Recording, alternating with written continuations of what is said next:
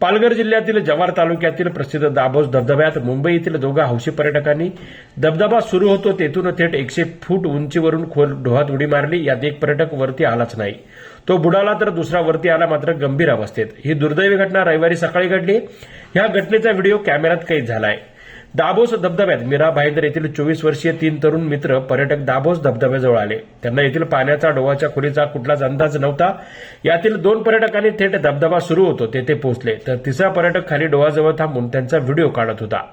सध्या धबधब्याला पाणी कमी होतं, धबधब्यावरून पाण्याची धारही कमी होती. तरी या हौशी 2 पर्यटकांनी अंदाजे 120 फूट लांब डोहात उडी मारली. दुर्दैवाने यातील एक पर्यटक माज शेख वरती आलाच नाही, तर तो बुडाला असून त्याचा मित्र जोहेब शेख हा कसाबसा वर आलाय. मात्र तो देखील गंभीर जखमी झालाय.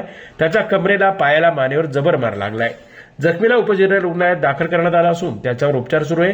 तर दुसऱ्या पर्यटकाचा शोध मोहीम सुरू असल्याची माहिती जव्हार पोलिसांनी दिली आहे. मुंबई तथा बाहेरगावून येणाऱ्या हौशी पर्यटकांनी देखील नैसर्गिक धबधब्यावर खोलीचा अंदाज नसतो. त्यांना त्यांच्या पोहण्याची क्षमता असते. अशातच पर्यटक टोकाचं पाऊल उचलतात. त्यामुळे अशा दुर्दैवी घटना घडताय.